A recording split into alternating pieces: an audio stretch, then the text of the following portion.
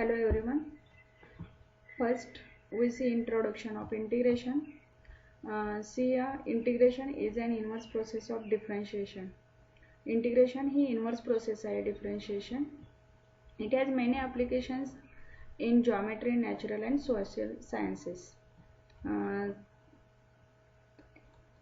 यामध्ये आपण पाहणार आहोत we shall define integration as the inverse differentiation.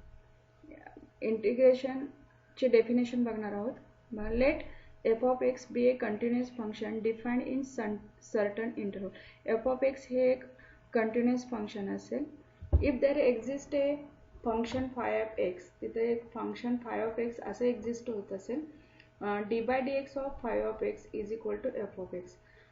phi of x चा डेरिव्हेटिव्ह हे f of x आहे हे कन्सिडर केला असेल तर phi of x is called integral.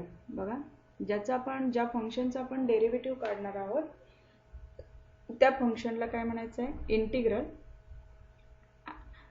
So here phi of x is called integral of f of x or primitive of f of x or antiderivative of f of x. For example, d by dx of sin x, derivative of sin x आपल्याला माहित आहे cos x. तर ह्या definition नुसार त्या sin x ला आपण काय म्हणणार आहे, इंटिग्रल ऑफ cos x. बघा, ज्या फंक्शनचा आपण डेरिव्हेटिव्ह काढतोय त्या फंक्शनला आपण इंटिग्रल म्हणणार आहोत. आपण डेरिव्हेटिव्हचे जे फॉर्म्युले सर्व पाठ केलेले आहेत त्यामध्ये ज्या फंक्शनचा आपण डेरिव्हेटिव्ह घेतो त्याला काय म्हटलं जातं, इंटिग्रल ऑफ. जे आन्सर येतं त्याचं इंटिग्रल असतं इथे. that is the derivative of sin x is cos x, so sin x is the integral of cos x. तसंच derivative of cos x is minus sin x, so cos x is the integral of minus sin x. लक्षात राहील, ज्या फंक्शनचा आपण derivative काढणार आहोत आणि त्या फंक्शनला काय म्हटलं जातं, इंटिग्रल ऑफ आलेल्या आन्सरचं इंटिग्रल आहे. By symbolically it can be written as integration f of x dx is equal to phi of x. Integration f of x dx is equal to phi of x, and it read as integral of f of x with respect to x is phi of x. Integral of f of x with respect to x, dx लिहिले म्हणजे दिलेलं function जे आहे ते with respect to x आहे. With respect to x is phi of x. Integration of this f of x is the phi of x. The function f of x which is integrated, so it called integrand. आता ह्या symbol मध्ये ज्या फंक्शनचं आपण integration घेणार आहोत त्या फंक्शनला आपण काय म्हणणार आहोत, इंटिग्रँड. आणि नेक्स्ट जे आन्सर येतं त्याला काय म्हटलं जातं, integral.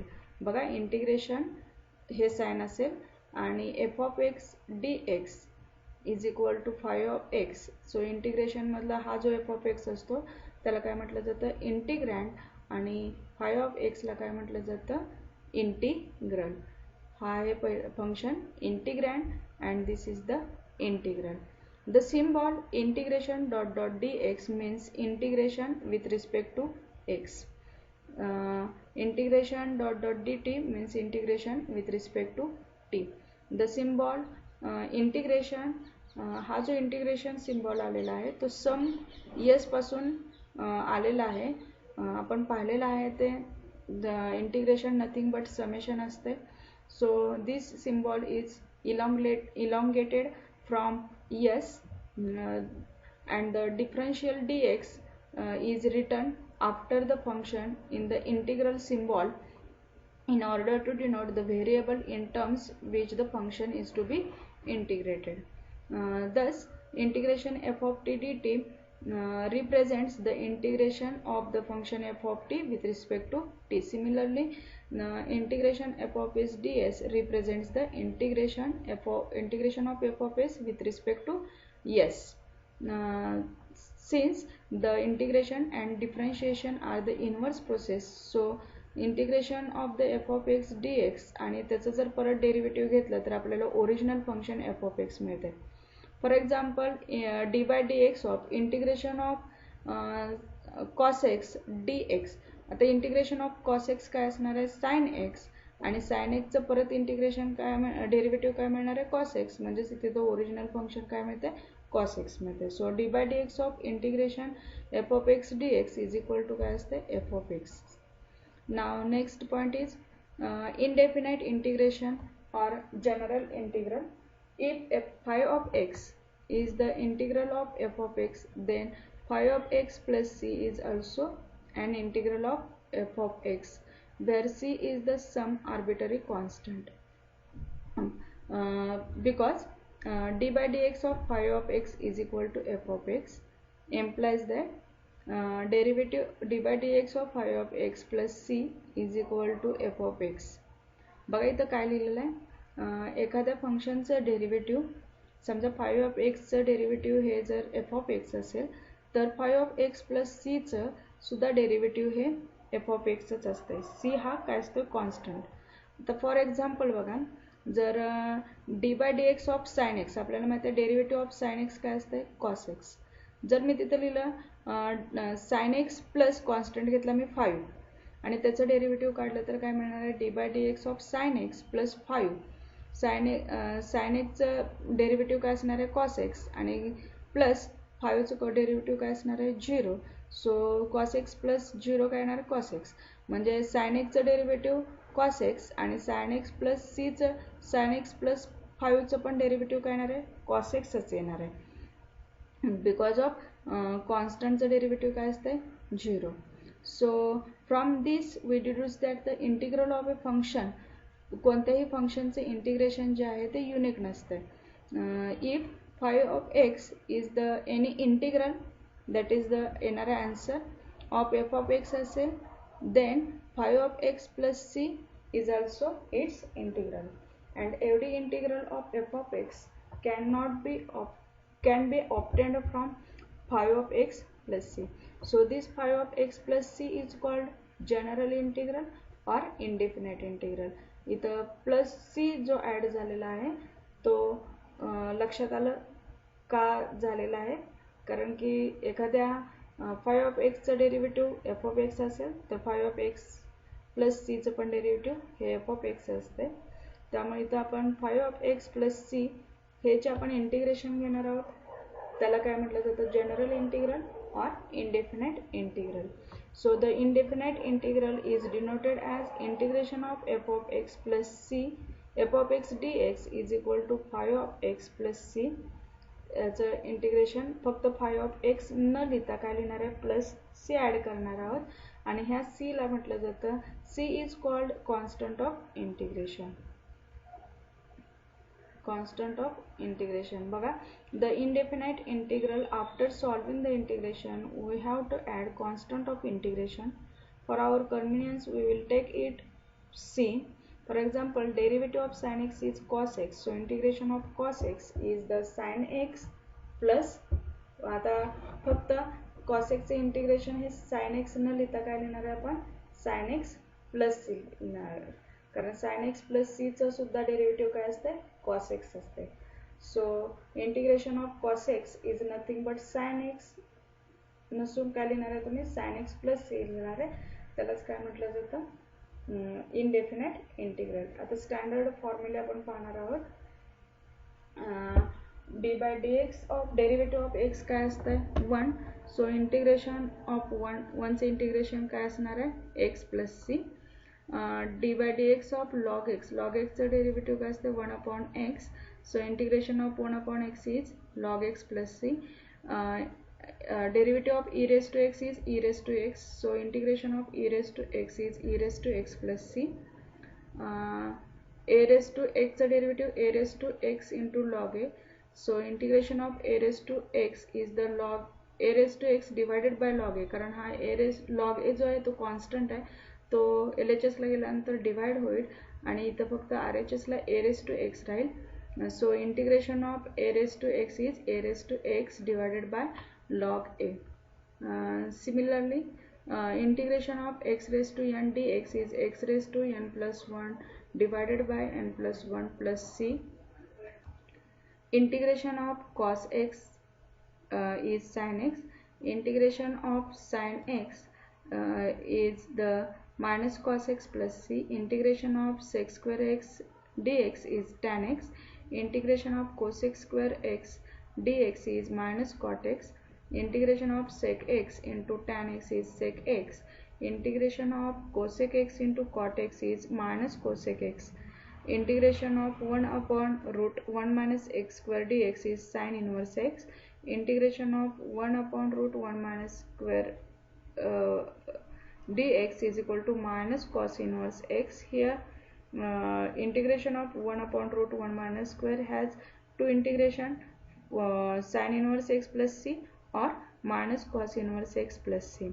Here also integration of 1 upon 1 plus x square has two integrations, tan inverse x plus c or minus cot inverse x plus c. Also here integration 1 upon x into root x square minus 1 has also two integrations, one is sec inverse x plus c or minus cosec inverse x plus c.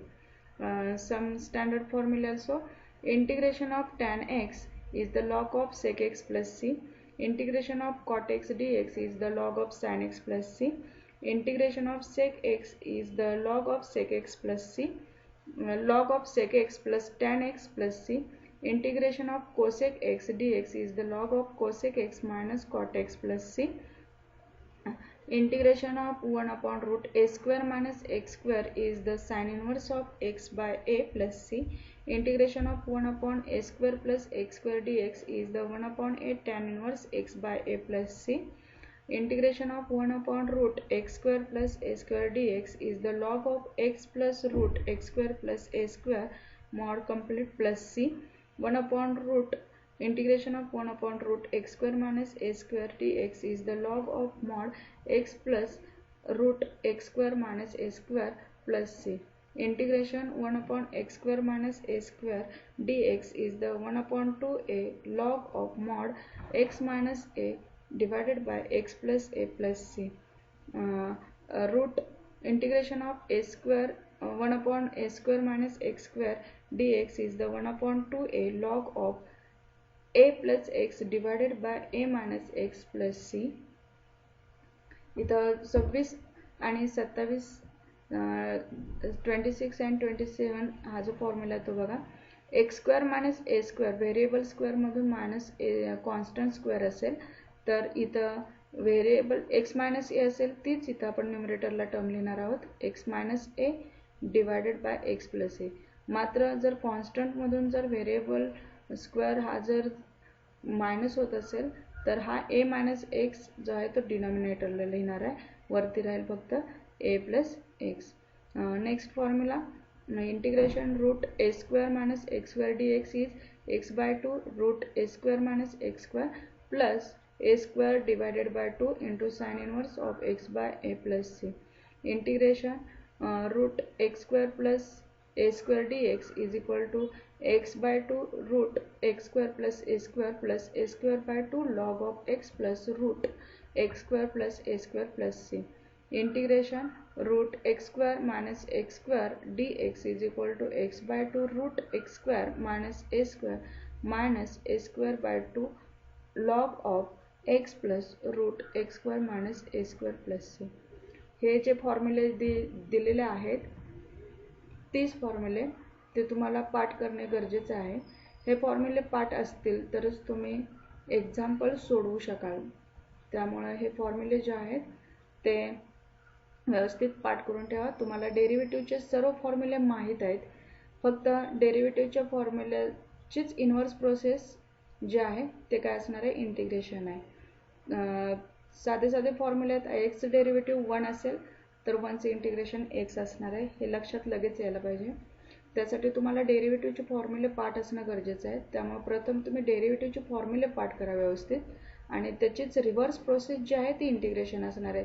डेरिव्हेटिव्हचे फॉर्म्युले जर पाठ झाले असतील तर लगेच तुमचे इंटिग्रेशनचे फॉर्म्युले पाठ होतील. थोडे फक्त वेगळे आहेत स्टँडर्ड फॉर्म्युले, ते थोडे फक्त तुम्हाला लक्षात ठेवावे लागतील. For example integration of tan x is the log of sec x, हे जरा टॅन कॉट सेक कोसेकचे. त्याचप्रमाणे इथं व्हेरिएबल आणि कॉन्स्टंट स्क्वेअर आहेत, त्यामध्ये पहिल्यांदा जर कॉन्स्टंटची टर्म असेल, नंतर व्हेरिएबलची असेल तर काय असेल, आणि जर पहिल्यांदा व्हेरिएबल असेल आणि नंतर कॉन्स्टंट असेल तर त्याचं काय आन्सर असेल. हा जरा सिक्वेन्स जो आहे, इथं बघा रूट साईन आहे, इथं पहिल्यांदा x² आहे म्हणजेच व्हेरिएबल आहे, नंतर कॉन्स्टंट आहे. ॲडिशन असेल तर काय आन्सर असेल, सबस्ट्रॅक्शन असेल तर काय आन्सर असेल, हे थोडंसं लक्षात तुम्हाला ठेवावं लागेल. आता इथं पहिल्यांदा व्हेरिएबल आहे, नंतर कॉन्स्टंट आहे, त्या दोघांची वजाबाकी आहे, त्याचा आन्सर काय असेल.